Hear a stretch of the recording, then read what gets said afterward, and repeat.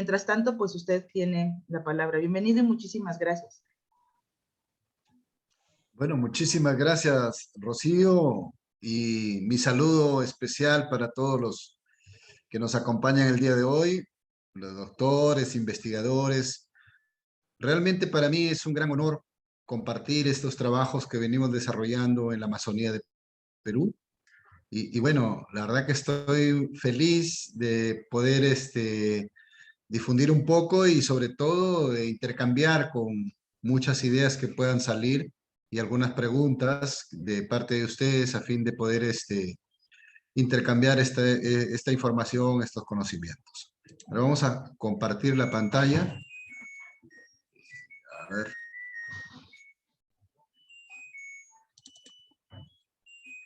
Creo que sí se ve. Ya se ve, pero está en la presentación del PowerPoint. Vamos a ponerle completa, ¿no? Ahí está bien, ¿no? Lista. Sí, perfecto. Perfecto, bueno, ya. Muchas gracias. Vamos a ubicarnos un poco el área de trabajo, de intervención que estamos desarrollando. Evidentemente aquí está Perú. Y nosotros estamos ubicados en el nororiente del Perú, en la Alta Amazonía, en la provincia de Jaén, Bagua, San Ignacio. Y aquí en la zona de Santa Ana, la Florida, está Palanda, donde está mi colega y amigo Francisco Valdés, que seguramente ha intercambiado también con ustedes una charla. Y lo que hay que resaltar aquí, evidentemente, es que este proyecto de investigación es un proyecto arqueológico binacional Perú-Ecuador, y justamente es un alivio porque antes nos peleamos ecuatorianos y peruanos por esta línea de frontera. Y esta frontera se instala a partir de la emancipación de la corona española. Entonces, con Francisco Valdés siempre decimos, hemos cambiado las armas por los badilejos y las brochas para poder investigar nuestro pasado y ver qué está pasando. Y nos damos cuenta que somos herederos de una sola cultura, de raíces ancestrales, una cultura de origen común, y que esta delimitación de límites fronterizos entre Ecuador y Perú, cuando estas culturas estaban en su auge y desarrollo, evidentemente no existía, ¿no? ¿Cómo surge la idea, en mi caso, de investigar esta parte de la Amazonía? Desde que era estudiante de arqueología en la Universidad Nacional de Trujillo, siempre estudiábamos a doctor Julio César Tello Rojas, un arqueólogo que ahora es considerado como el padre de la arqueología peruana, ¿no?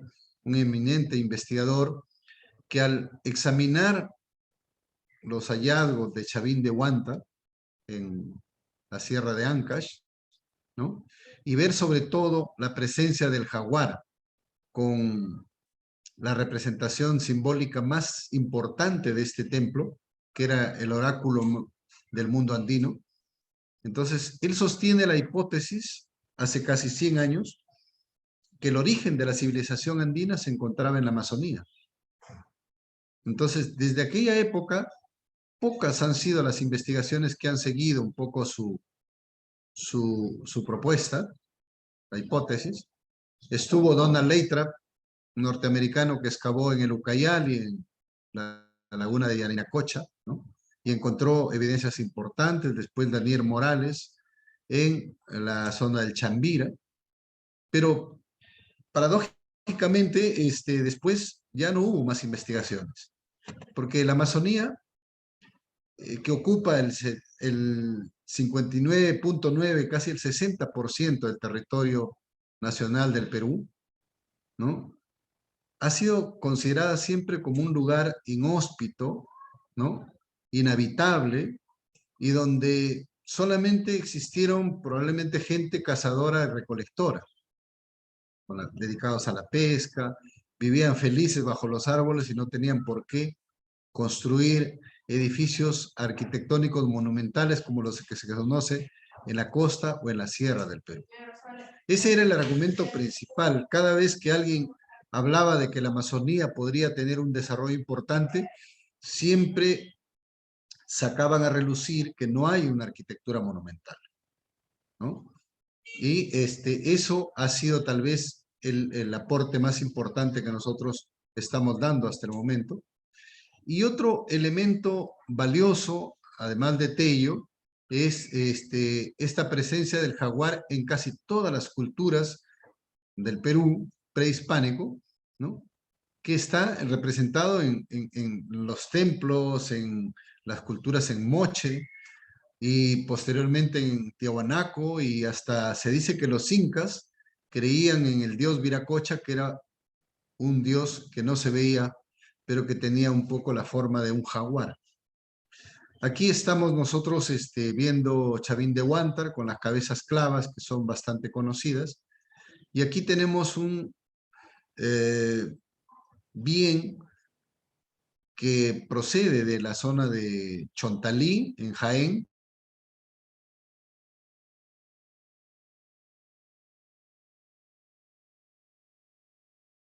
sido al jaguar, y ha dominado a este felino que es el más representativo, ¿no? Está en el Museo de Jaén y aquí está una cabeza clava idéntica a la que estamos encontrando en Chavín. Siempre estaba viendo esta comparación de que en Chontalí también hay una plaza circular hundida que es idéntica a la plaza ceremonial hundida de Chavín de Huántar, con las mismas dimensiones, pero construida casi 1000 años antes que Chavín de Huántar.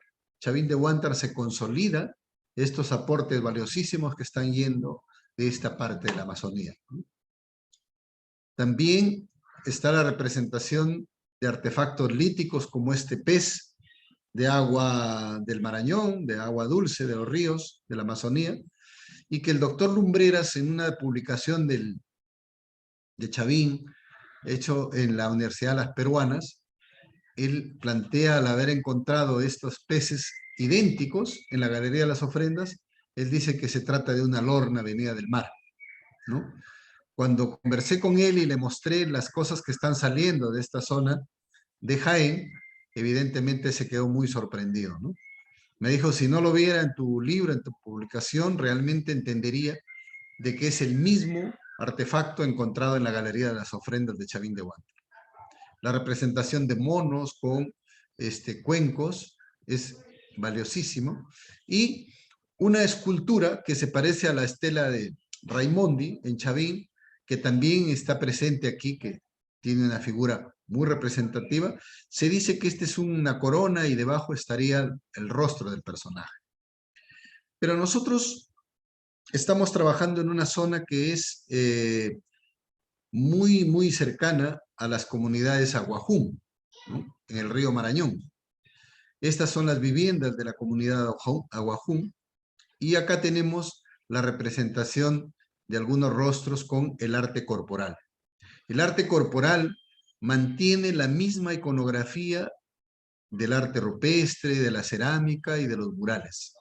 Tenemos aquí un vínculo y estamos tratando de hacer dentro de nuestro programa de investigación arqueológica lo que se llama la etnoarqueología, para poder entender, porque todas las respuestas a las interrogantes que nosotros estamos haciéndonos están en estas comunidades. Por ejemplo, este es un mural que nosotros hemos descubierto en Bagua, que está a 1 hora de Jaén, y que se llama Las Juntas, ¿no? Y que tiene la misma configuración, los mismos rombos, las mismas figuras que están en el arte corporal de los Aguajún. Habría que ver qué significa para ellos, cuál es el puente que nos conecta hacia esta representación. Y es una arquitectura ya monumental de un templo. Aquí vemos pilastras que están muy bien elaboradas con piedra de río o canto rodado y que están encima enlucidas y pintadas. Y acá está presente en pintura un espiral, que lo vamos a ver más adelante, ¿no? Las improntas de la cubierta que sostenía el techo probablemente para evitar que las lluvias, que eran mucho más intensas en esa época, puedan dañarlo, ¿no? Estamos encontrando también murales con estructura de quincha, ¿no? Enlucidas, y la representación de un caimán. El jaguar y el caimán son elementos que están permanentemente siendo representados, al igual que las serpientes. Estas son unas serpientes corales que están representadas en el mural, y el caimán se desplaza, acá está el hocico, por encima de esto. Lo curioso es que cuando estábamos excavando esta área, nosotros encontramos dos serpientes corales vivas del mismo color de los murales. Fue asombroso, los obreros quisieron matarlas, pero yo traté de impedir porque a 2,70 metros de profundidad a mí me hacía pensar que eran las guardianas de este templo, que este mural estaba en una gruesa capa de ceniza para preservarlo, para conservarlo, este tipo de evidencias, ¿no? Y muy cerca de estas pinturas, en la década del 70, en el año 1970, unos profanadores de tumbas excavaron este plato de piedra donde está representado el caimán y el jaguar. Se relaciona mucho al mito de la lucha constante entre el jaguar y el caimán en la Amazonía, en las comunidades aguajún. Este es el río Chinchipe, que justamente nace en el sitio de Palanda donde excava Francisco Valdés con la formación del río Valladolid y la quebrada Palanda, y desemboca aquí en esta parte del Marañón. Este es Tomependa, este es el Utcubamba que viene de la parte alta donde está Cuela, y acá nuevamente está el Marañón. Esta es una gran concentración de ríos que a su vez son los caminos naturales, es el cruce de caminos, es una serie de elementos. Y aquí está Tomependa, que para mí es como una especie de Chavín de Huántara enclavado en la Amazonía. Estamos a 380 metros sobre el nivel del mar, ¿no? Prácticamente en lo que sería la selva baja, de 0 a 500, selva baja, y de 500 a 1000, selva alta. Nosotros aquí estamos en selva baja. Aquí en este sitio arqueológico, que vamos a investigarlo en los próximos años, llegó Alexander von Humboldt. Llegó también antes la Condamine, ¿no? El francés que se introdujo a la Amazonía para la investigación. Humboldt estuvo casi un mes con Bonpland, y también estuvo Antonio Raimondi. Hubo una gran configuración, parece haber sido la capital concentrada, hay como 12 a 13 montículos, y esto empieza en el año 1993, cuando yo aún estaba terminando mis estudios de arqueología. Hice mi proyecto para licenciarme como arqueólogo, ¿no? Cruzamos ahí en una balsa de troncos y nos dimos con la sorpresa que en este lugar escondido ya habían llegado los profanadores de tumbas, lo que nosotros lo conocemos como los huaqueros, ¿no? Y habían excavado sistemáticamente un pozo de excavación, y limpiamos nosotros al llegar a este pozo y encontramos un primer piso arqueológico. Era una novedad encontrar un piso arqueológico en esta parte de la Amazonía, muy bien elaborado, con un grosor de 7 a 8 centímetros, compacto, ¿no? Y cerca a este piso estaban los primeros elementos arquitectónicos de arquitectura monumental registrada en la zona, en el año 1993, ¿no? Con canto rodado y argamasa de barro. Y esta es la ciudad de Jaén, ¿no? Donde nos vamos a ocupar el día de hoy con el templo arqueológico de Montegrande. Este es el río Mojú, que pasa por el centro de la ciudad. Se dice que en el año 1928 este río pasaba muy cerca al complejo, al centro arqueológico de Montegrande. Montegrande está aquí, y que se ha salvado milagrosamente de la expansión urbana.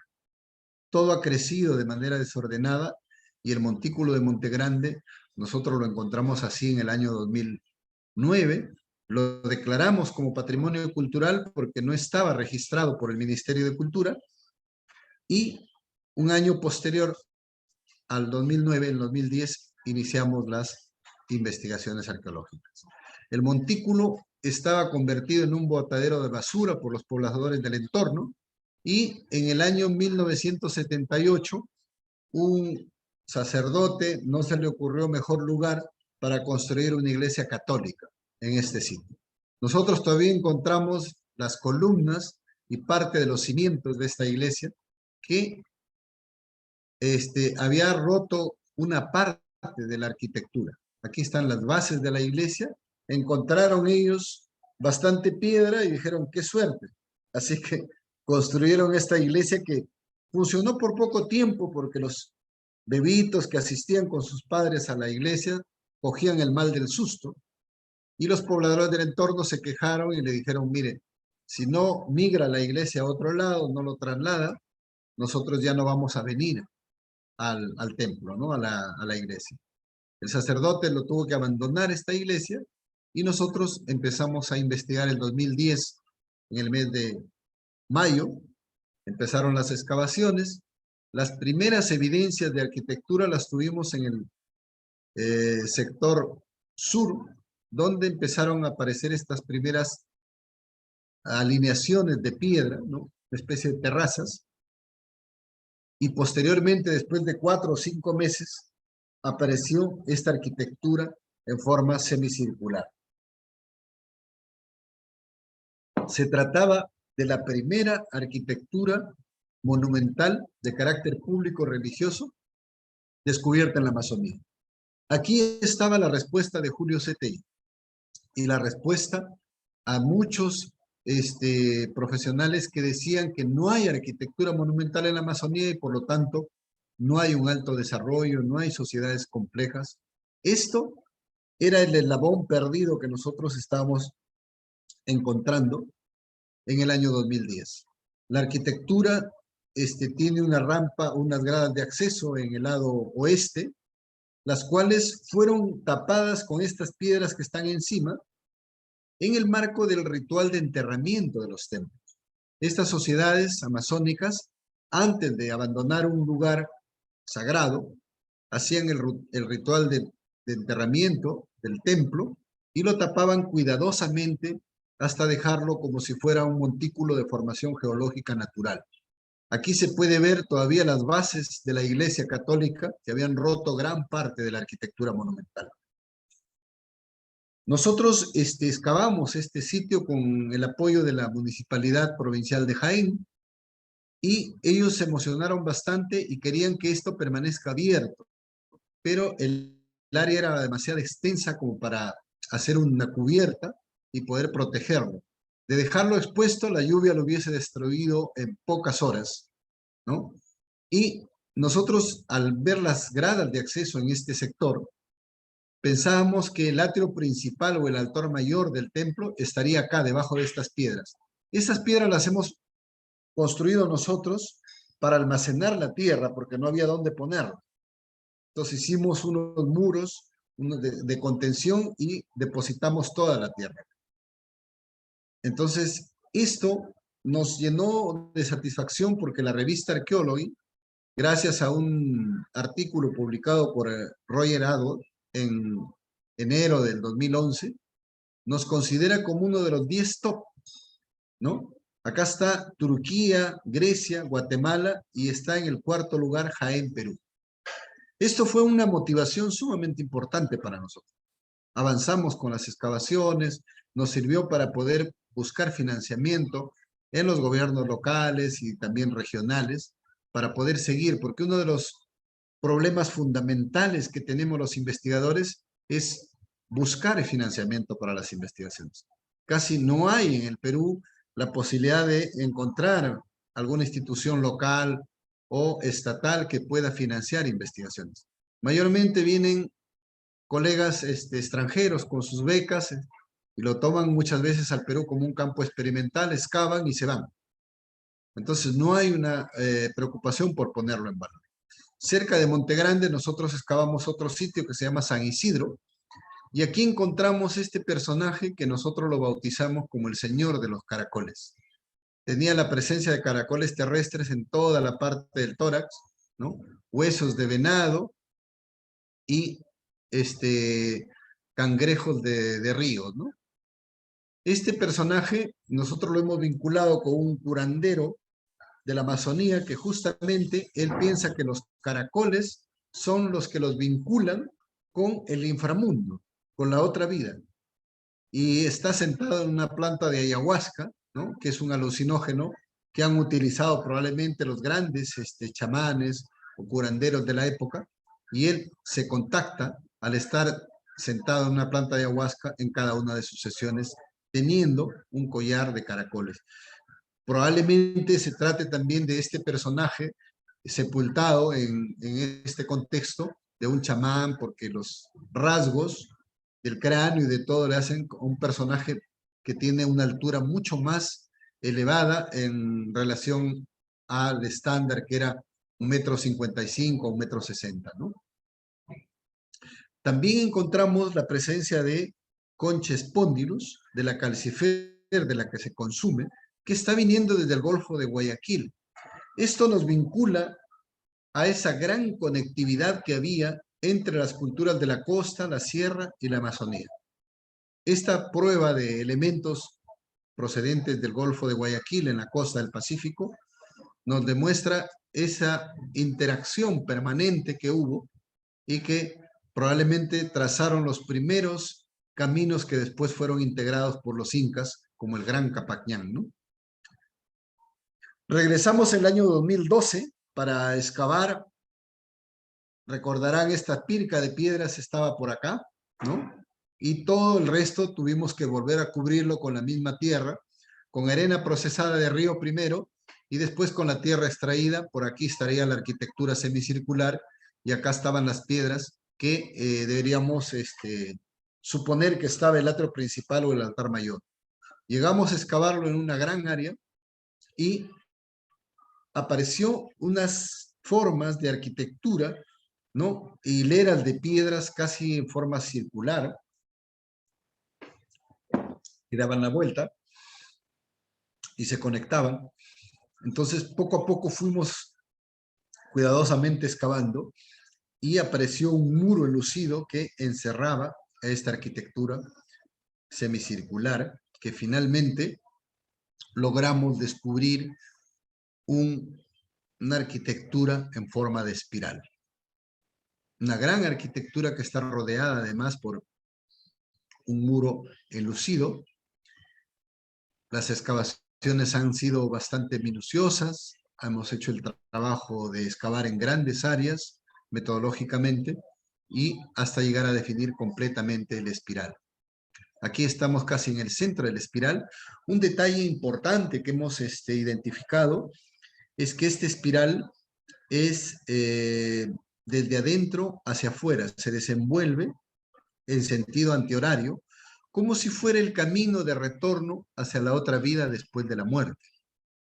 No es como los espirales de afuera que se van formando a círculos concéntricos. Esto es totalmente diferente. En una toma con un dron nos dimos cuenta probablemente que este espiral estaría representando a un personaje, que es la cabeza del personaje estaría aquí. Esta parte ha sido dañada por las bases de la iglesia, ¿no?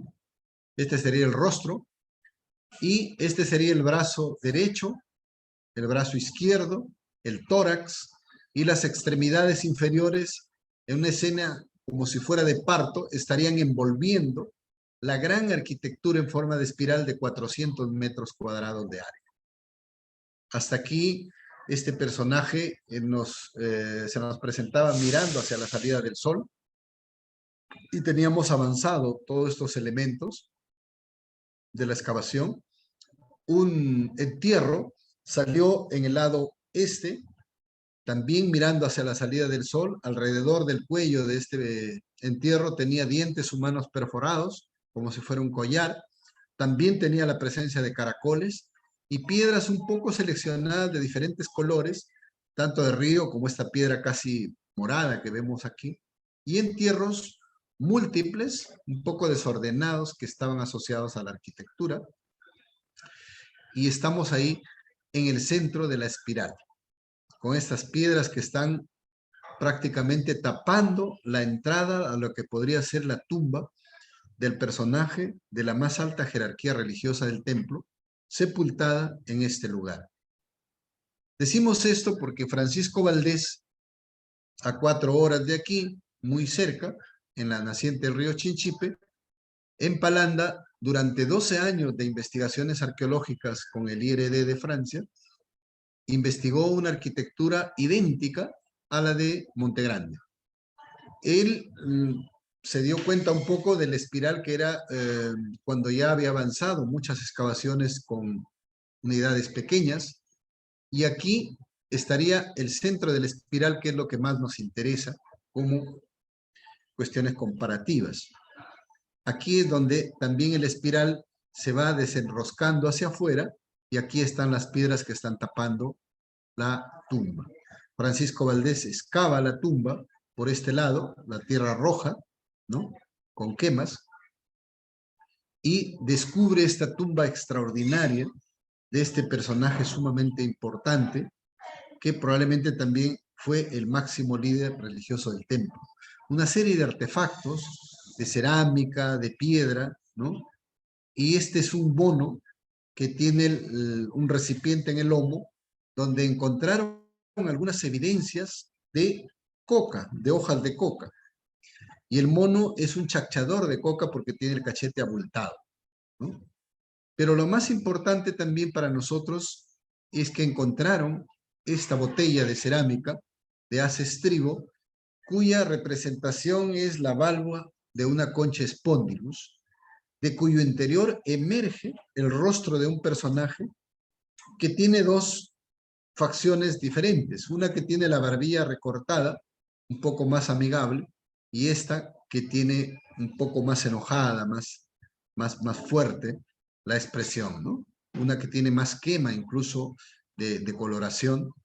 Pero al interior de esta vasija, Francisco Valdés encontró granulos, presencia de almidón de cacao, ¿no?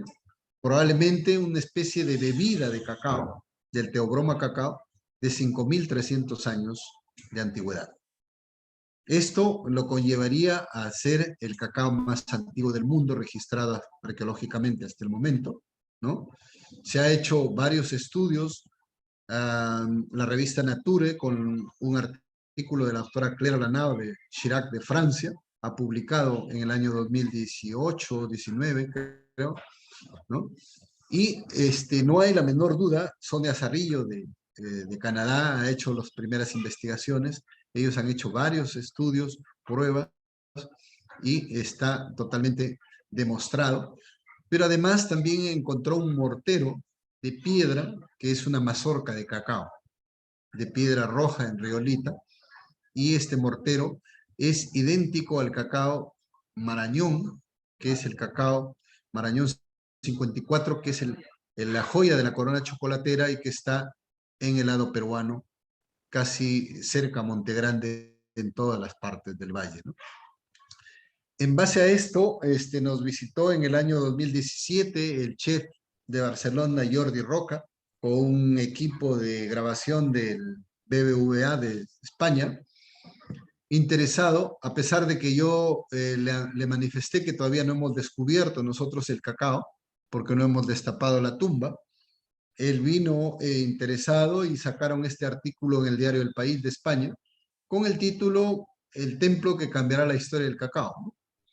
Bueno, a raíz de eso nosotros hemos seguido investigando un poco, tanto etnográficamente, tanto de las piezas de museos, y hemos encontrado en un museo en Pomahuaca, cerca de Jaén y cerca de Monte Grande, esta vasija que tiene las mazorcas de cacao como parte iconográfica, y en los rellenos tiene cinabrio, una representación de color rojo para darle un resalte, y estamos con la doctora Sadine Weber de la Universidad de Harvard, intentando hacer un estudio de microbotánica para saber exactamente si de repente adentro también, al igual que en Palanda, en Ecuador, tendría algunos indicios de presencia de cacao. Estamos en ese proceso, probablemente en los próximos meses tendremos los resultados, ¿no?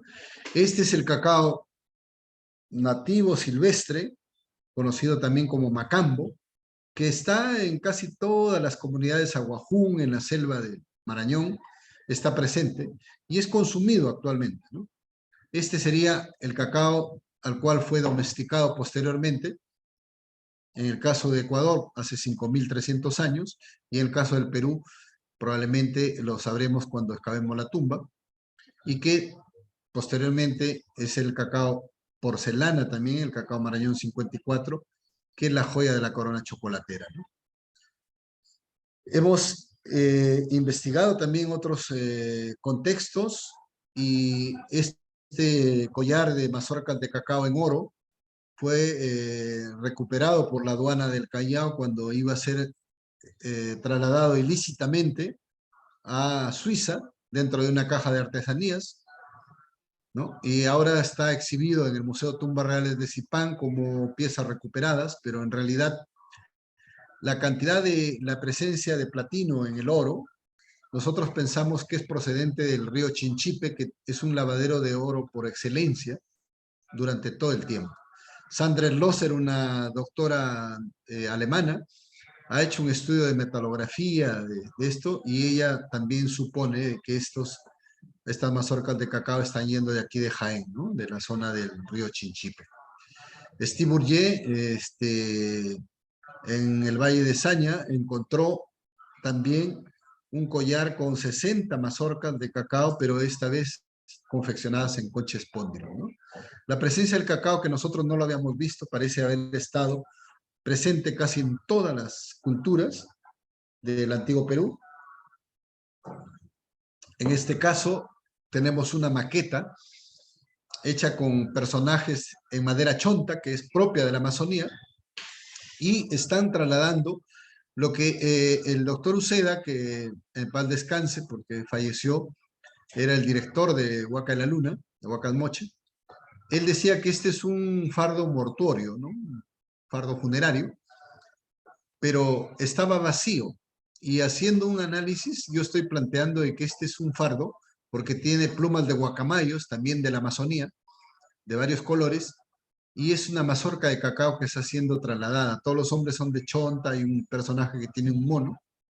Pero bueno, es un contexto que está en la costa, al igual que mucha cerámica que estamos analizando de la cultura moche que están presentes en la costa, pero sin duda parece el cacao haberse domesticado en esta parte de la Amazonía en algún momento y después tener una relevancia mucho más importante en otras culturas. Este Monte Grande hemos seguido investigando en la arquitectura en forma de espiral, ¿no? Estamos encontrando este tipo de artefactos en miniatura, en escultura en piedra, que es idéntico al estilo que también tenemos en el Museo de Jaén, de esta mujer con una porra de mando, ¿no? Estamos encontrando también una cabeza de jaguar en cerámica con los colmillos idénticos a los de Chavín de Huántar, al igual que estos personajes que están en trance y que tienen los ojos del jaguar, y también estamos encontrando crisocola con representación del jaguar grabado, ¿no? Una especie de cuento. La presencia del guacamayo también está ahí vinculado al cacao. En este caso, esta cabeza de guacamayo en cerámica tiene una lágrima que no es un defecto de cocción, sino parece una lágrima intencional. En el ojo izquierdo que miraba la tumba, tenía esta lágrima y en cambio el ojo derecho está totalmente limpio. Es lo que acabamos de encontrar el año pasado. Casi muy cerca de esta capa de tierra roja. Esta es una capa de tierra roja que es una plataforma gruesa, de casi 80 centímetros de espesor, que está horizontalmente construida, ¿no? Para luego construir la arquitectura en forma de espiral. Todo el inicio de la arquitectura que a veces se eleva desde la parte de la capa roja para formar la espiral, está sobre esta capa que estamos investigando. Hemos ido hasta el centro de la espiral, hemos retirado las piedras que estaban tapando el ingreso a la tumba y encontramos la capa roja aquí, en el centro de la espiral. O sea, esta capa roja parece que fue construida para sacralizar el evento, enterrar al personaje y después construir el espiral.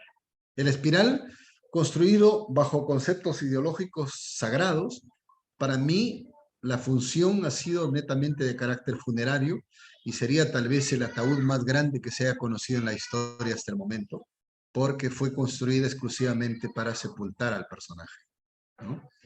La tierra, cuando colocaron esta plataforma, estaba a un estado fresco, porque las piedras que tapaban en el ingreso a la tumba han dejado algunos hoyos, ¿no?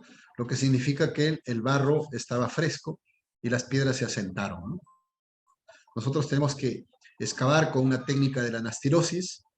Todo este es lo que hemos avanzado a pesar de la terrible crisis sanitaria mundial que dejó el COVID-19 en todos los países del mundo. Nosotros hemos avanzado porque nuestros trabajadores son los que habitan en el entorno al monumento. Y después que se dio la emergencia, el 16 de marzo, a fines de marzo me estaban llamando y me decían, no tenemos que comer, no podemos salir, ¿de qué podemos vivir? Yo tenía, gracias a Dios, el financiamiento del Plan Binacional para las investigaciones, pero tampoco se los podía dar. Entonces, violando un poco las normas, que estaba prohibido salir, a 9 de los trabajadores, casi a 9 familias, tuve que decirle que ingresen al sitio, se pongan llave con candado y comiencen a excavar a 5 metros de distancia cada uno. Por suerte nadie se contagió del coronavirus, del COVID-19, y excavamos como nunca antes. Hemos descubierto alrededor de casi 3.280 metros cuadrados de áreas, ¿no? Donde hemos visto el monumento aquí. Pero desafortunadamente excavar en esta zona de la Amazonía tiene enormes limitaciones en cuanto, por ejemplo, al clima. Este es en tan solo unas 2 o 3 horas de lluvia cómo se acumula el agua. Tenemos que taparlo casi todos los días antes de ir a la casa, a las viviendas. Los trabajadores tienen que dejarlo tapado con estas lonas impermeables, porque de lo contrario pueden destruirse en pocas horas miles de años de historias. Ahora estamos con un proyecto del Ministerio de Comercio Exterior y Turismo, del ministro Roberto Sánchez Palomino, que ha tenido a bien destinar 10 millones de soles, un promedio de 3 millones de dólares, para construir el centro de interpretación, donde se exponga todas las piezas que hemos recuperado en estos 12 años de investigaciones arqueológicas continuadas.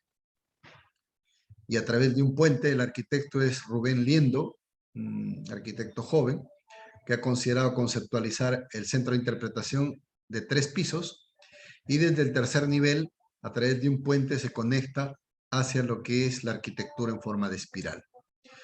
Son una cubierta con tipo panal de abejas, que va a ir creciendo o se va reduciendo en la medida de las necesidades que se tenga. Acá está la playa de estacionamiento. Una vez que ingresa, el visitante puede retirarse a través de este sendero y salir a la calle nuevamente. Estamos en este proceso. No sabemos todavía con todas las dificultades políticas que estamos teniendo si vamos a poder hacerlo este año o será el próximo, pero nosotros dependemos para excavar la tumba que está sepultada en el centro de la espiral de tener una cubierta. Caso contrario no podríamos lograrlo, tenemos que seguir esperando. En marzo de este año, los primeros días, llegó el señor Graham Toyle, un cineasta y antropólogo norteamericano, para grabar un documental sobre la Amazonía, donde Monte Grande está como punta de lanza para mostrarse al Perú en la televisión pública de Estados Unidos lo que podría ser esta arquitectura monumental de la Amazonía. Quiero manifestar de que cada vez que nosotros hacemos investigaciones arqueológicas, es importantísimo involucrar a la población. Acá estamos con el director ejecutivo del Plan Binacional de ese entonces, ¿no? El doctor Francisco Tenya Hasegawa, un embajador.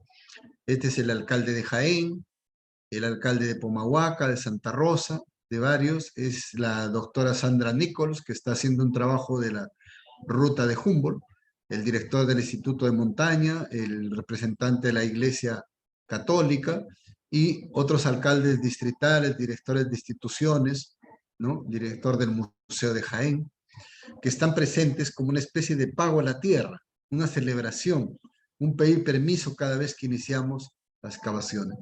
A su vez, con Francisco Valdés difundimos también, tanto del lado de Ecuador como del lado de Perú, los trabajos que venimos desarrollando. Y en este caso, en el año 2019, lamentablemente se produjo un gran conflicto en Quito, en Ecuador, y unas 2 semanas después nos invitaron a dar una conferencia en Relaciones Exteriores, en el Centro Cultural de Relaciones Exteriores de Ecuador. Y yo en voz baja le decía a Francisco, oye, no va a venir nadie a una conferencia. Y fue realmente un éxito porque la gente se sentaba ahí en el piso y tuvieron que cerrar la puerta porque ya no podían entrar más personas, ¿no? Y así, para nosotros es importantísimo trabajar con la comunidad local. Si nosotros hacemos una arqueología que no sirva a la población del entorno, realmente no creo que tenga mucho impacto ni mucha utilidad. Nosotros queremos que Montegrande contribuya al desarrollo social y económico de la población local. Vamos a las zonas rurales a ver esta realidad de las escuelas, ¿no? En pobreza, nos metemos a la casa de la gente a difundir el patrimonio, a explicarles de lo que se trata. Y Montegrande se ha convertido en el lugar de encuentro, lugar de esparcimiento, lugar de laboratorio de estudio para los estudiantes de Jaén y de otras zonas de distritos de la provincia o de otras provincias incluso cercanas. Vienen a visitar Montegrande, están ahí presentes. Nosotros a su vez vamos a los colegios y nos dedicamos a darle charlas. Y el alcalde de Jaén, con una difusión, ha hecho que todos los camiones recolectores de la basura, que van con una música, ¿no? Tenga una imagen del templo arqueológico de Montegrande. Y eso es una señal que se nos está empoderando la comunidad local. Tiene a Montegrande como un ícono importante. Y en ese sentido, nosotros podemos apreciar de todo el impacto también que ha tenido a nivel de difusión. Este es un libro del Museo Golte de Brasil, museo importante que también tiene una publicación, el Museo del Banco de Crédito del Perú, que tiene como 19 páginas, y este libro de Arqueología Altoamazónica, nuestra primera publicación, y este libro publicado con la municipalidad, y en los próximos meses estaremos sacando una nueva publicación con la municipalidad de los últimos 4 años de investigaciones, la revista Arqueology, el Fórum de Arqueología de Shanghái, ¿no?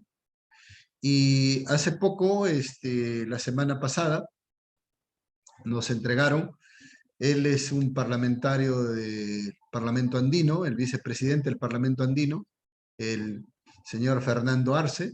Él es nuestro embajador Vicente Rojas Escalante, embajador de Perú en Ecuador.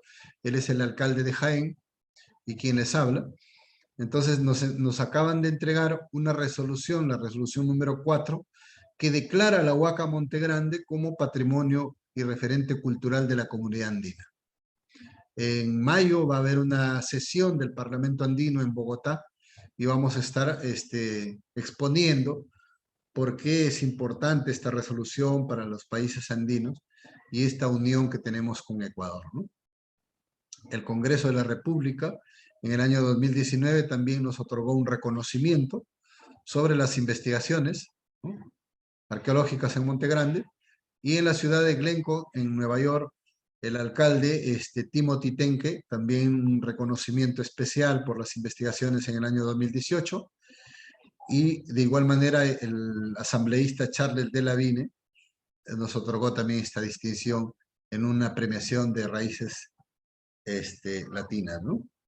Aquí estamos en el Fórum de Arqueología de Shanghái y la Academia de Ciencias Sociales de China, que junto a otros países nos considera como uno de los 10 mejores descubrimientos arqueológicos del mundo en el año 2013, entregándonos este certificado que ha servido muchísimo para impulsar las investigaciones, para poder conseguir fondos y definitivamente para vincularnos también con los organismos binacionales como Perú y Ecuador. En este caso, yo quiero terminar agradeciendo a estas instituciones que hacen posible las investigaciones arqueológicas. A pesar de la pandemia, han seguido apostando por seguir en las investigaciones arqueológicas y la puesta en valor de Montegrande. Me refiero al Plan Binacional de Desarrollo de la Región Fronteriza Perú-Ecuador, que es una organización de carácter internacional que se firma a raíz de la paz que firmamos con el Ecuador. Después de la guerra, el conflicto inútil, se firma el Plan Binacional de Desarrollo de la Región Fronteriza. Y esta organización es la que está apoyando ahora las investigaciones en Monte Grande.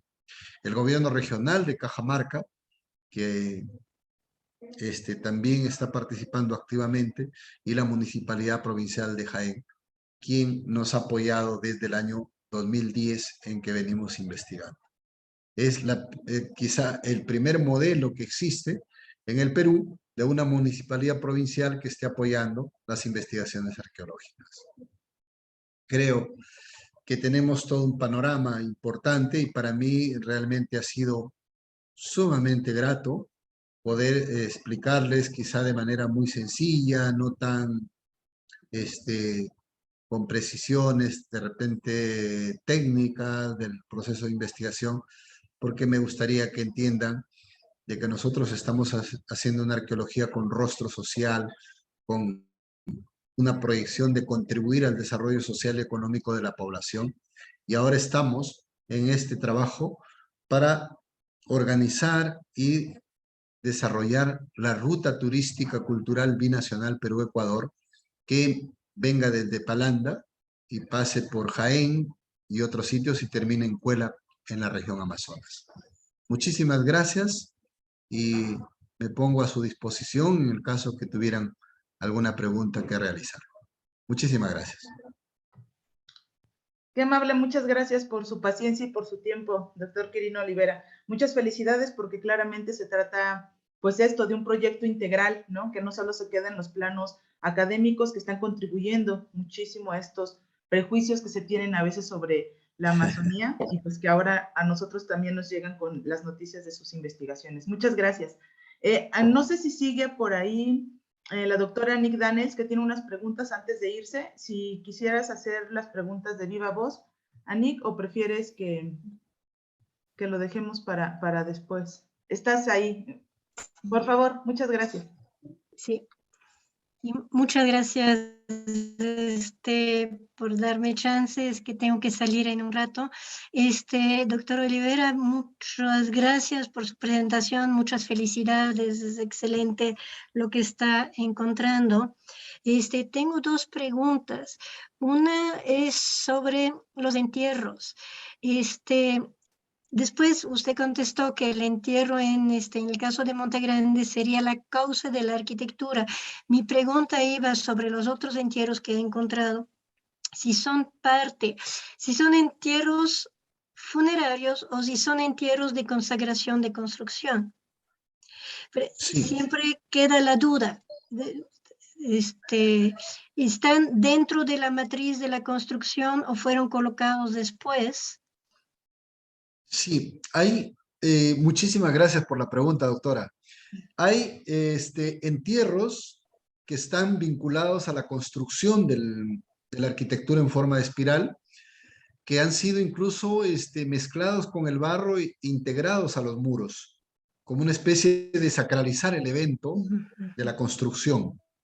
Hay entierros como ese que miraba a la salida del sol y que tenía un collar de dientes humanos perforados, que es como una especie de guardián que está también ubicado justo en una parte estratégica del muro, donde casi está bajando perpendicularmente, ¿no? En esa parte del sector este. Y hay otros entierros posteriores que, como una reminiscencia, probablemente de otras culturas más tardías, han venido y han depositado, sabiendo de alguna manera que ese era un lugar sagrado. Cuando me refiero que el templo probablemente ha sido construido como un carácter funerario para envolver la tumba, es porque tenemos todos los indicios que en el centro estaría depositada la tumba en posición fetal y desde el centro de la cabeza se desenvuelve la espiral. Así casi lo ha encontrado Francisco. Lo que pasa es que en el caso de Francisco, en Ecuador, ellos no han hecho una anastilosis, no han ampliado, sino simplemente han retirado como si fuera de un hueco los artefactos, pero ya no había restos óseos por la antigüedad. pero me comentaba el arqueólogo que trabajó con Francisco, que yo lo traje para que me apoye también en una temporada, que parece que cuando ellos estaban sacando los artefactos se cayó como una especie de quincha, lo que hace suponer que quizá la tumba ha tenido un techo con caña, así como estamos viendo en los otros lugares, que hay estructuras, y que como se dieron cuenta, lo excavaron por un costado, eso se cayó cuando comenzaron a sacar las cosas. Entonces, a mí me da la impresión de que hay este tipo, un entierro principal que es el de la tumba, de la más alta jerarquía religiosa del templo, el personaje, la razón de ser de la espiral, porque no tiene otra función, no se puede caminar por encima, entre ellos, hasta ahora nosotros no le encontramos una función, por decirle, utilitaria de la arquitectura en espiral. Más que todo va el carácter simbólico. Y los otros entierros que fueron parte de la arquitectura en puntos estratégicos, y el tercer nivel de entierros, los que están ya siendo más tardíos, que están siendo depositados en el lugar como una reminiscencia de que el templo fue probablemente importante. No sé si he podido contestar la Sí. pregunta. Me lleva a otra. Entonces, ¿considera de que la espiral estuvo expuesta en su época de ocupación o colocaron la espiral y después la taparon para tener una cumbre de templo plana?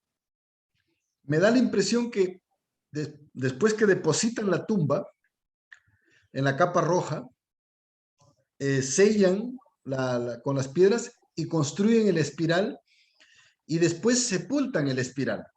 El espiral sería el último evento de ocupación que se realizó antes del ritual de enterramiento del templo.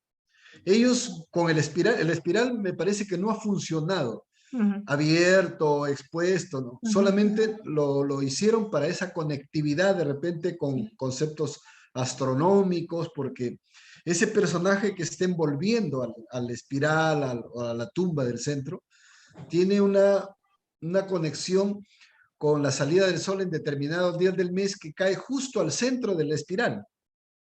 Hemos hecho un poco el seguimiento de la inclinación del sol que sale y en determinados días del mes, perdón, sale justo al centro. Entonces, yo estoy prácticamente en un 80% de probabilidades de que el espiral solamente fue construido para envolver la tumba, inmediatamente después lo taparon con el ritual de enterramiento y lo abandonaron. Ya. Estoy segura que Así. Daniel tendrá otras preguntas y aprovecho la segunda pregunta que es más de relacionada a la arquitectura de tierra, que es un ámbito también de mi interés.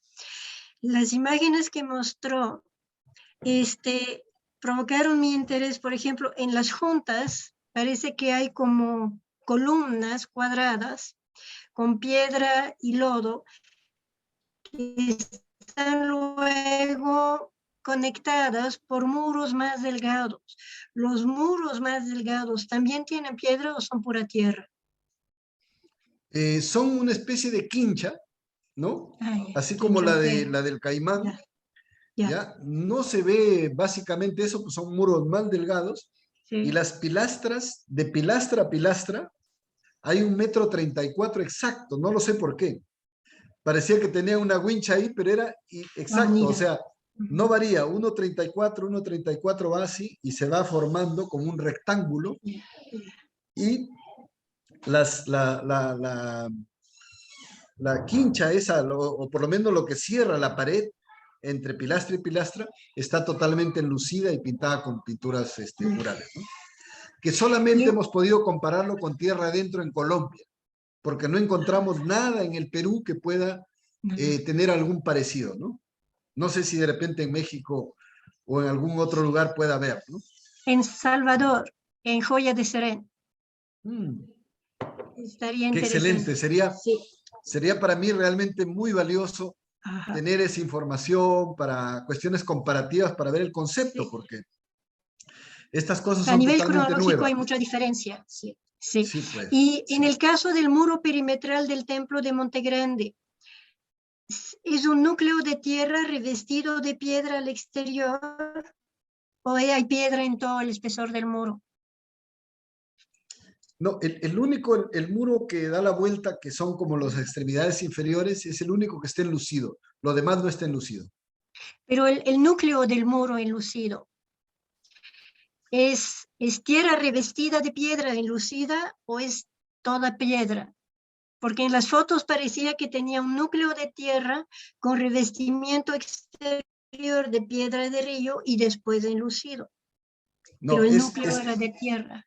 es piedra piedra y tierra, y después es enlucido con una capa de arcilla. Ya. Y además está pintado de blanco, sino que lo que vemos ahora en las fotos, Ajá. todavía no lo hemos sacado nosotros, es la capa de protección. Más a la esquina Ah, ya. hay una capa blanca y no descartamos la posibilidad que haya iconografía o murales en ese muro. Pero no lo hemos podido sacar porque sería un riesgo tremendo para la conservación. Sí. Ya, ya. Muchas gracias. Gracias a usted. Muchísimas gracias. Gracias. Gracias, Anif. Rosa María Reina, por favor. Gracias.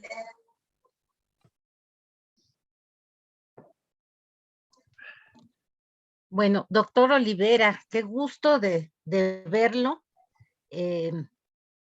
Tuve un problema aquí con la conexión de mi internet, pero afortunadamente yo ya había visto esta presentación. Está grabada en YouTube, entonces cualquiera la puede volver a disfrutar. Muchas Pero gracias. fíjese que me quedan, siempre me ha quedado esa duda para usted y para todos nuestros colegas sudamericanos. El consumir concha de Spondylus produce alucinaciones.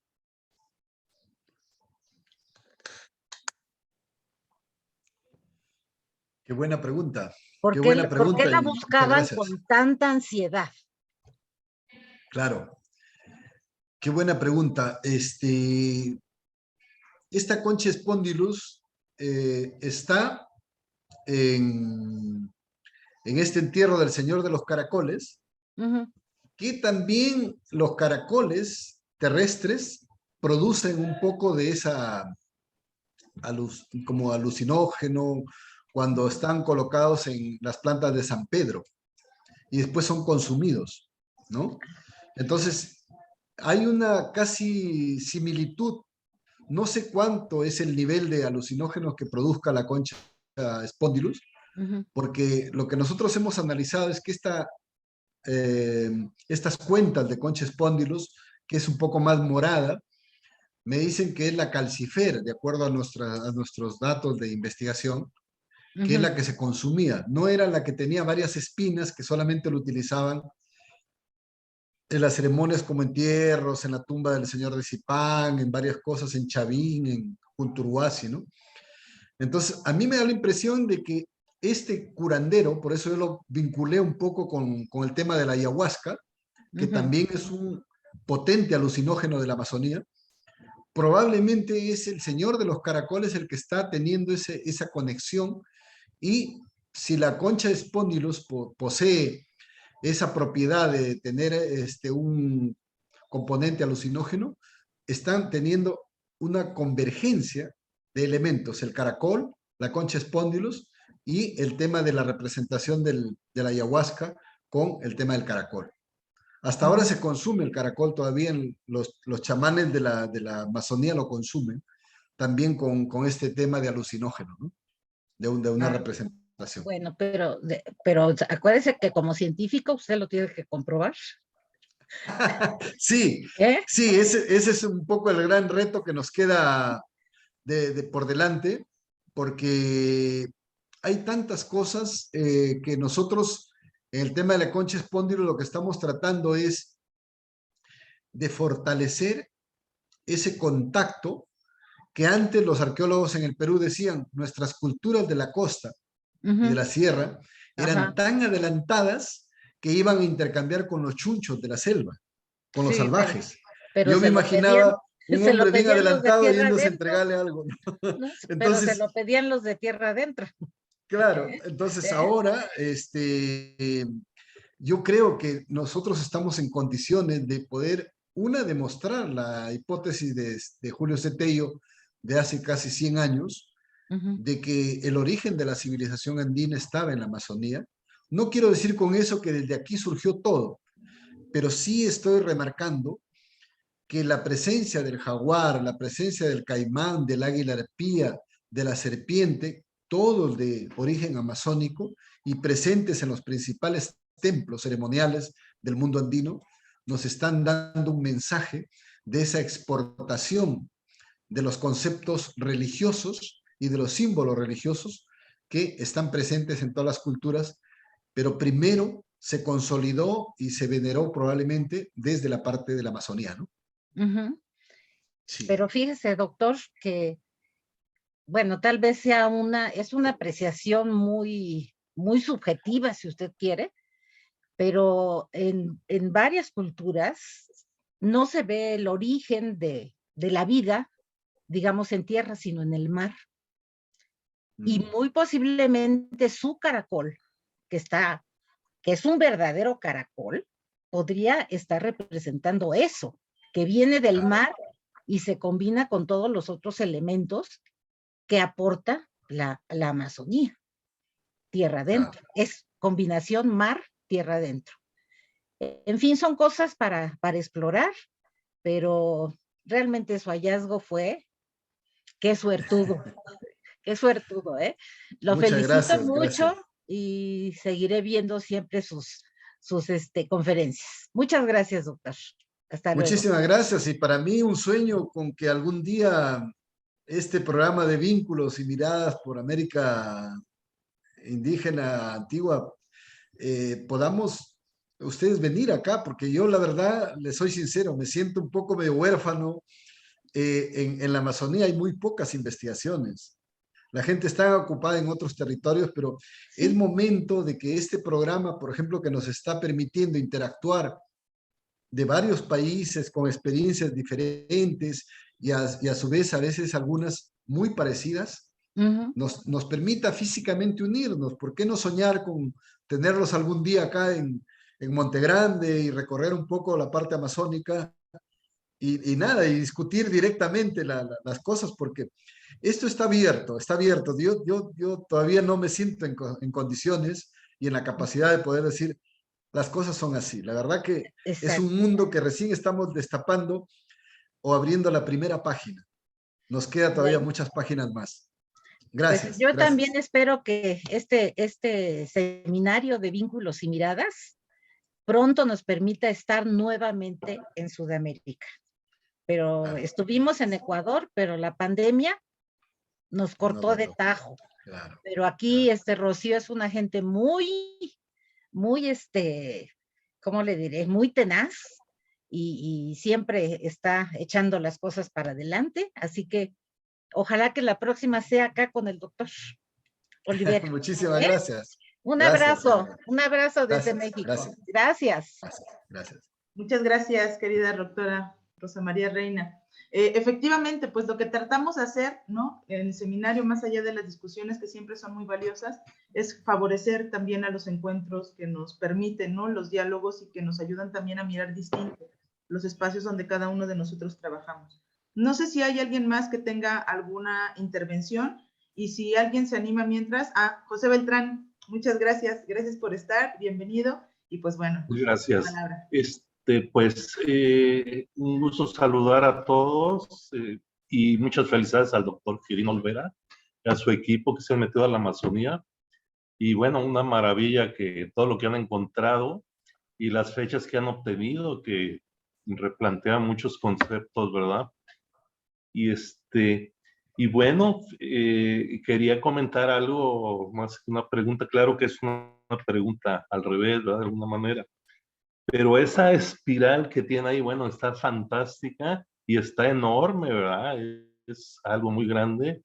Y bueno, lo que acá en México, precisamente lo que decía la doctora Rosa María Reina, pues simboliza de alguna manera, es un símbolo sagrado, porque simboliza al caracol seccionado, a Ejecalcaicoscal, que es el joyel del viento, y está asociado directamente con los dioses, las deidades del aire, ¿verdad? Pero no del aire, sino del sonido interno y todo esto. Entonces, bueno, lo que tiene ahí una maravilla, evidentemente, tanto tangible, materialmente, como simbólica. Y también creo que la asociación del espondilus ahí es importantísima, lo cual nos está hablando de tiempos tan tempranos, ya la interacción con la costa del Pacífico y por supuesto hacia el otro lado, ¿verdad? Caray, están todas las vías fluviales increíbles que hay en la Amazonía, pero la asociación del espondilus como alucinante, claro, más allá de que pues debe ser conceptualizado como afrodisíaco, como quizá alucinante por sí solo, no lo sé. Evidente en sus relaciones con la coca, con la hoja de la coca, porque se muele el espondilus, se quema, y para chachar pues se ingiere un poquito de cal, puede ser cal de otro origen, pero evidentemente los señores pues van a preferir tener su cal de espondilus, ¿verdad? De lo más refinado, y de ahí viene toda la ceremonia pues de la hoja de coca, que es una de las deidades más importantes, y sabemos que es de la Amazonía también, ustedes deben tener datos de gran interés. Entonces ese comentario pues quería hacer, porque tuve la suerte de excavar en Xcaret con Rodrigo Liendo y José María María José, perdón, y y bueno, tuve la suerte de excavar una estructura no tan grande, pero igual, una espiral ahí en Área Maya, en Quintana Roo, junto al mar, y es una espiral a la izquierda que sube como 2 metros, y sí me tenía muy desconcertado. Afortunadamente no era tan grande como la que tienen ustedes, y asociada directamente con los señores del viento, ahí en esa región de Xcaret, ¿verdad? En la costa de Quintana Roo. Y bueno, quería hacer esos comentarios y felicitarlos a todos y especialmente al equipo de la Amazonía peruana, de Quirino Olvera y de Francisco Valdés, por todo el trabajo tan extraordinario que han hecho. Un saludo a todos con mucho cariño y gusto. Muchísimas gracias, doctor. Gracias, en verdad. Muy valioso lo que usted me acaba de informar de la espiral ahí, de lo del tema del viento, del caracol. Yo tengo muchas dudas, o sea, puede ser una serpiente enroscada, puede ser un caracol, y de repente el concepto de espiral que nosotros ahora tenemos no era tal. Más bien pienso que podría ser lo del caracol, porque Francisco Valdés encuentra un caracol marino en sus excavaciones. Nosotros todavía no lo hemos encontrado, pero estamos encontrando caracoles terrestres, ¿no? Entonces, es muy posible que la tumba podría estar depositada en la punta más baja del caracol, ¿no? Del caracol terrestre. Muchísimas gracias. Gracias por eso. Y una cosa más, igualmente, pues es el Strombus, ¿verdad? Son los pututeros con el sonido y toda la simbología, eso. Pues ahí tienen toda una beta increíble que sin lugar a dudas les va a dar mucha información. Gracias. Gracias, en verdad. Gracias, muchas gracias, José Beltrán. Y efectivamente, creo que también Gracias. hablando ahorita en la charla, ¿no? Que nos adelantaba estas relaciones que hay con esta increíble maqueta del Valle Moche, hay que reconocer también, ¿no? Que gran parte de estas espirales que van hacia los pozos ceremoniales que están en Huaca de Cabo Viejo tienen la misma intención, ¿no? De entrar al corazón de la espiral, que es el fondo del pozo mismo, y que tiene justamente esta idea de reproducir lo que se encuentra en la cerámica, que son estas serpientes enroscadas y que tienen esa cabeza increíble de felino, que también desde la costa ya están ayudando, ¿no? A reconocer estas interacciones macrorregionales. Muchas gracias, doctor Olivera, también por su respuesta. Daniel Flores, bienvenido, por favor. El micrófono. Ya. Ajá, muy buenas tardes a todos. Sí, doctor Quirino, desgraciadamente entré muy tarde a la sesión, pero me llamó la atención la fecha en que se ve el sol en el centro de la espiral. ¿Cuál es esa fecha? En algunos otros lugares, la espiral, pero en escala muy pequeña, están asociadas hacia el solsticio. solsticio de invierno o verano, dependiendo del lugar. Pero en este caso, ¿cuál es la fecha que se les asigna o han ustedes observado? Muchas gracias, gracias. Bueno, nosotros para el solsticio es seguro que cae justo en el centro de la espiral, en el mes de junio. Pero hemos estado haciendo un seguimiento y en determinados días del mes que varía, no es fijo. El sol sale por el cerro del fondo, a veces un poco más a la izquierda, más a la derecha o en el centro, y es ahí donde puede ser 19 o 20 o 21 de cada mes, que más o menos oscila y justo cae en el centro. Eso nos ha llamado la atención, y cuando se oculta el sol hacia el oeste, también ilumina la rampa como si alguien estuviera con un faro, con una luz, justo a la rampa, y cae también el eje directo. Eso lo apreciamos entre las 5 o 5 y media de la tarde, cuando el sol se está ocultando por el oeste y cae directamente al centro de la espiral. O sea, tanto de la salida como cuando se está ocultando el sol, en el ocaso. No hemos desarrollado mucho ese tema, ese concepto, porque aquí en Perú, cuando alguien comienza a hablar de arqueología astronómica y todo eso, piensan que ya está un poco mal de la cabeza. pero en realidad es un tema que para mí está teniendo mucha importancia, en el sentido de que el espiral mismo hay que verlo desde un dron. Me supervisaba una vez que me estaban financiando una organización, vino la ingeniera muy estricta a ver en qué estamos gastando la plata, y cuando uno está al nivel del piso solamente ve piedras. Me dijo, oiga, ¿y usted se está gastando la plata en esto? ¿De qué estamos hablando?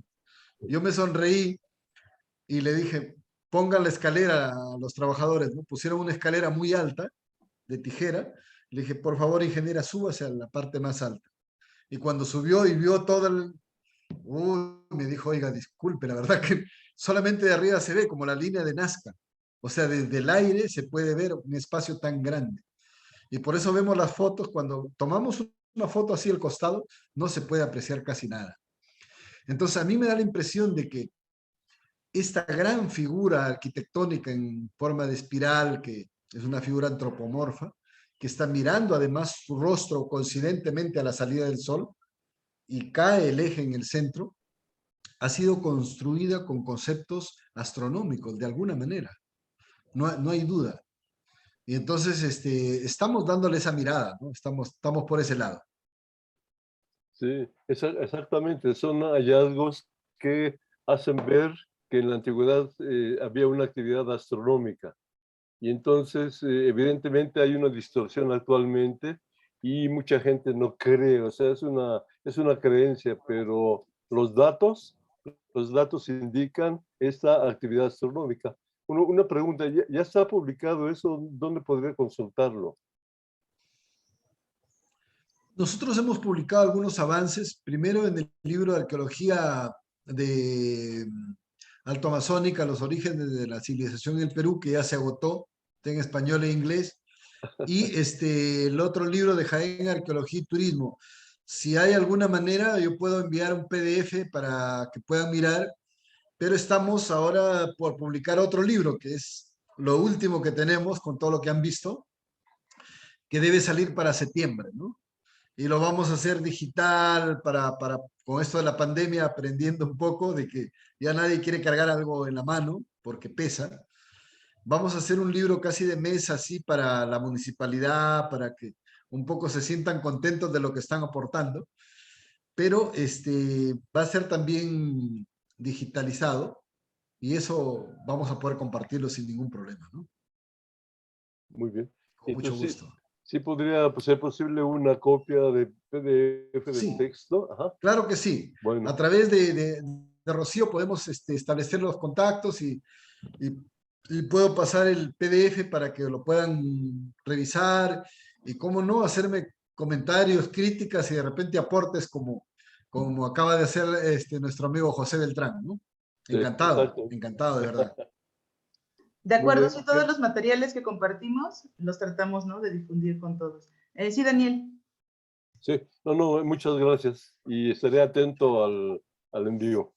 Gracias, Gracias, por gracias. tu presencia y pues tus aportes que siempre son bien valiosos, ¿no? Aparte de decir aquí que el doctor Daniel Flores es quien tiene esta mirada aguda para poder acercarse a los ejemplos de arqueastronomía, él como astrónomo, ¿no?, aquí de nuestra universidad, Bueno, y que bueno, se ha metido a estas experiencias a nivel latinoamericano para estar ahí parado en los sitios. Así que tenemos que ir, ahora ya tenemos esta deuda, Daniel, para tener que ir a Jaén allá con el doctor Olivera. Muchas gracias.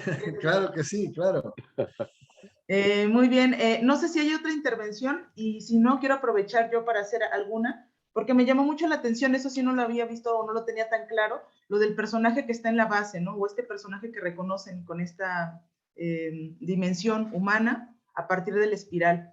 Y hacerle la pregunta de si tiene alguna relación con las imágenes que también documentó con el arte rupestre. No sé si es que las fechas coinciden, ¿no?, entre lo que están encontrando en gráfica rupestre y lo que está ahí en el basamento arquitectónico. Y en todo caso, si es que esta imagen del Señor del Cerro que encuentran ustedes en el arte rupestre tendría que ver con este que está en la base del elemento arquitectónico que reconoce. Claro, nosotros tenemos un trabajo que está un poco detenido sobre el arte rupestre en la Cuenca del Marañón, y hay muchas coincidencias en las representaciones, tanto de cerámica, en la iconografía, en el arte corporal, ¿no? Pero hasta ahora hemos encontrado algunos vínculos en la Cuenca del Marañón de personajes que están casi como escena de parto, o sea, con las extremidades inferiores como envolviendo algo, ¿no?, en la posición. Y eso se mantiene a lo largo de todo el tiempo y se encuentra también en los frisos del Gran Pajatén, que es una arquitectura monumental similar a Cuela, ¿no?, que parece que es la misma gente. Nosotros tenemos una hipótesis que hubo un vínculo bastante cercano con las poblaciones en la parte alta en algún momento. En la cuenca baja del Utcubamba tapan estos templos con arquitectura y murales y se suben hacia la parte alta donde está Cuela, y en algún momento después de estar aclimatados en este sector comienzan a construir Cuela, pero más o menos 600, 700 después de Cristo, ¿no? Entonces, estas representaciones del espiral también los estamos encontrando en petroglifos y en pinturas rupestres, casi permanentemente. Habría que ver si es la misma representación del espiral o estamos hablando para Montegrande que sea un caracol, como lo que ya me acaban de convencer casi en el tema, ¿no? Y esto del caracol, lo del sonido y de todo eso, me parece mucho más relevante en los aspectos.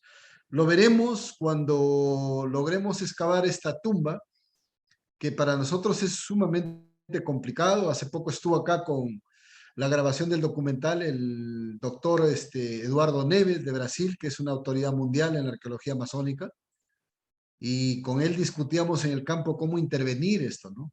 Cómo excavar la tumba. Hay algunos colegas, como el propio doctor Luis Guillermo Lumbreras, que me decía, pues tú tienes una arquitectura única, inigualable, entonces no deberías estar empezando en destapar la tumba, porque cuando destapes la tumba vas a querer un museo y vas a querer otras necesidades, ¿no? Y bueno, estamos ahí en ese proceso. La única manera que se nos está prácticamente quedando es de hacer una anastilosis, de desmontar piedra por piedra, tener el espacio suficiente, excavar la tumba y volver a montar, ¿no? Es un poco la idea, pero de las relaciones con el arte rupestre, con la iconografía del arte corporal de las comunidades, hay vínculos directos en el simbolismo, en los conceptos que se va manejando. Yo pienso que la etnoarqueología que podamos desarrollar realmente nos va a dar unos alcances bastante interesantes también, ¿no? Seguro que sí. Muchas gracias, doctor Olivera. Gracias. Aida Gracias. Quiroz, bienvenida. Muchas gracias. Por favor, tu pregunta. Su micrófono. Tu micro. Hola, buenas tardes. Muchas gracias. He escuchado con gran gusto, te felicito, perdón el tú, soy peruana, somos medio paisanos porque yo soy de Cajamarca y estoy qué bueno. trabajando textiles. Bueno, no soy arqueóloga, soy antropóloga, aunque creo que el diálogo, esto de lo que justo acabas de mencionar, ¿no? El diálogo entre la antropología, la etnografía, la arqueología, la lingüística, en fin, ¿no? Bueno, a mí me interesa mucho y estoy trabajando en el tema de textiles. Entonces quería saber, ¿qué tanto, digamos, hay alguna, digo, no supongo, tejidos obviamente imposibles, salvo los etnográficos, pero qué tanto algunas herramientas sobre asociado a textiles, porque yo ahora vi las cosas que están excavando en Cajamarca, ¿no? Está Sol Siré y demás, ¿no? Entonces, quería saber si habían alguna relación, porque yo creo, estoy convencida que había una ruta, pues, que iba desde Cajamarca y por toda la ruta ahora Capañán, pero bueno, que era mucho más vieja, como bien lo señalas, ¿no? Y quería saber eso porque estoy interesada en una técnica específica que se llama ICAT, que es el tejido de reserva, ¿no? El teñido de reserva, perdón. Entonces, no sé qué tanto habrá alguna evidencia, ¿encontraron alguna evidencia en las excavaciones que han hecho? Sí, No sé. muchísimas gracias y un saludo especial. Qué bueno que Cajamarca esté trabajando ese tema, ¿no? Bueno, nosotros lo que estamos encontrando en las excavaciones son piruros de piedra, tallados incluso. Acabamos de encontrar uno el año pasado, en noviembre. No he podido mostrar todas las cosas que tenemos, ¿no? Porque sería demasiado. Estamos encontrando un piruro en una piedra casi blanca, tirada un poco media verde, así. Hermosísimo. Trabajado, tallado, bien pequeñito y parece que hubiesen sido tallado en arcilla, ¿no? Pero es piedra. Y así, no solamente ahí, sino en otros contextos estamos encontrando bastante piruro. Y la verdad que las vestimentas que se describe para la gente que habitó esto son de algodón. Utcubamba es pampa del algodón. Y ahí ha habido bastante este algodón nativo de colores que hay en la costa, que los españoles cuando llegan acá piensan que los habían teñido, no los habían pintado. Hay hasta 7, 8 colores, ¿no? En Ucubamba todavía, en algunas zonas rurales, encontramos algodón de colores, el algodón nativo, ¿no? Entonces, yo pienso que ha debido haber toda una gama de vestimentas que ahora todavía podemos encontrarlo un poco en las cavernas. He estado explorando algunas cavernas, por ejemplo en Cambiopite, en la zona del Bajo Ucubamba, y hemos encontrado algunos textiles de algodón, ¿no? Un poco marrones, oscuros, que no se ven los colores, pero están presentes, ¿no? Entonces, imagino que probablemente también las mantas, las que fueron envueltas estos personajes, debió ser de algodón nativo, ¿no? Pero desgraciadamente con tanta antigüedad y con tanta humedad, o por lo menos el tiempo, estos restos orgánicos han debido desaparecer ya, ¿no? Por completo. Pero de hecho que hay una participación muy, muy fuerte en cuanto a textiles. De repente los piruros que nosotros estamos encontrando, que son varios, podríamos compartirlo en algún momento para ver el hilado y todo el tema, ¿no? Muchísimas gracias. Gracias por la pregunta. Gracias a ti. Compartimos correos por intermedio de Rocío. Encantado. Gracias. Encantado. Muchas gracias Aide. Sí, sin duda, todos los materiales que vayan saliendo de las sesiones los compartiremos para poder, ¿no?, ir teniendo y favoreciendo esta comunicación, que es lo que deseamos. Como bien dijo nuestra querida Rosa Reina, están los materiales ampliamente dispuestos en internet, hay muchísimo material de lo que se ha escrito, ¿no?, incluso sobre sus propios hallazgos, pero siempre enriquece muchísimo más tener la generosidad de su tiempo para poder compartir con nosotros acá. Y pues bueno, siempre muy agradecidos. Gracias, doctor Olivera. No sé si hay alguna otra intervención, alguien, alguna pregunta, comentario. Y si no, pues... Yo quisiera preguntar qué es un piruro.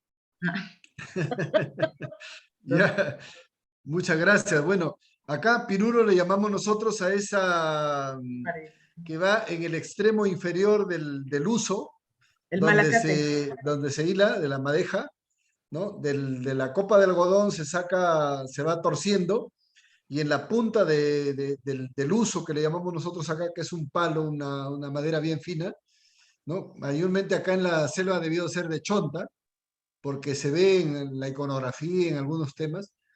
Entonces esa madera chonta tiene un extremo y le ponen como una piedrita decorada con iconografía, con todo, y eso le da la velocidad, ¿no? Y cuando están hilando se ve un poco la iconografía, se ve como una cosa que va circulando como una rueda, ¿no? Mayormente ese es el... Son nuestros malacates. Ya, Acá claro, se claro. llaman Sí, exacto. malacates. Ah, malacate. Exacto. Oiga, pero una pregunta. ¿Encontraron malacates en un sitio tan antiguo donde excavó la espiral o son posteriores? No sabría decirle, lo estamos encontrando en los rellenos. Nosotros no asociado a la espiral, Ah, está un poco fuera, pero son de piedra. sí, Sí, son de piedra. ok. Probablemente sean posteriores, porque estamos viendo de que hay entierros posteriores para la reminiscencia. Ujú. Hay una serie de cosas, incluso me atrevo a pensar de que aquí habitó el pueblo de los Bracamoros, ¿no? Eran unos hombres pintados de rojo a quienes los españoles se encuentran cuando llegan a esta zona, ¿no?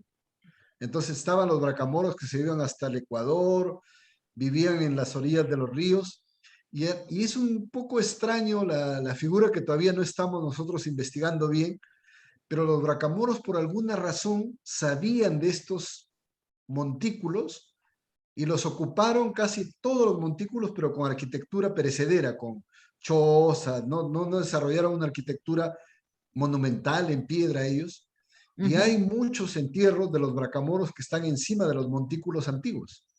Ah, Entonces ellos de alguna interesante. manera salían de esto y lo Ujú. ocuparon esos lugares.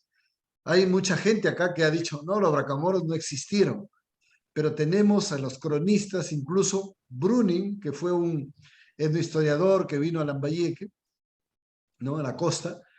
Él narra en una de sus publicaciones de que cuando llega uno de los virreyes, uno de los que estaba aquí en Jaén se va y le da cuenta en la zona de Jayanca antes de llegar a Lambayeque, y le dice que él, con toda la fuerza, ha acabado con los Bracamoros. Los Bracamoros eran sometidos tenazmente con los perros griegos de guerra que le arrancaban la pantorrilla de un mordisco a la gente y lo aperreaban a las personas que se iban al campo, porque los Bracamoros atacaban en la noche y se escondían en el bosque, pero ya trayendo el arcabuz flamenco y los perros griegos de guerra, francamente arrasaron con los Bracamoros. Los Bracamoros fueron ajusticiados tremendamente y fueron los más exigidos para que traigan la tributación de sus impuestos en oro de los lavaderos de oro del Chinchipe, ¿no? Es increíble. Entonces, probablemente estos piruros puedan ser quizá de los Bracamoros, porque están Ujú. sepultados lejos de la espiral en los rellenos, básicamente, ¿no? Ok, sí, de la Así es. época ya de Así es. contacto. Muchas Muchísimas gracias, doctor. gracias. Gracias, gracias. Bueno, muchas gracias por toda esta oportunidad tan valiosa y de haber conocido a gente tan importante. Me tienen a disposición y hay que estar en comunicación.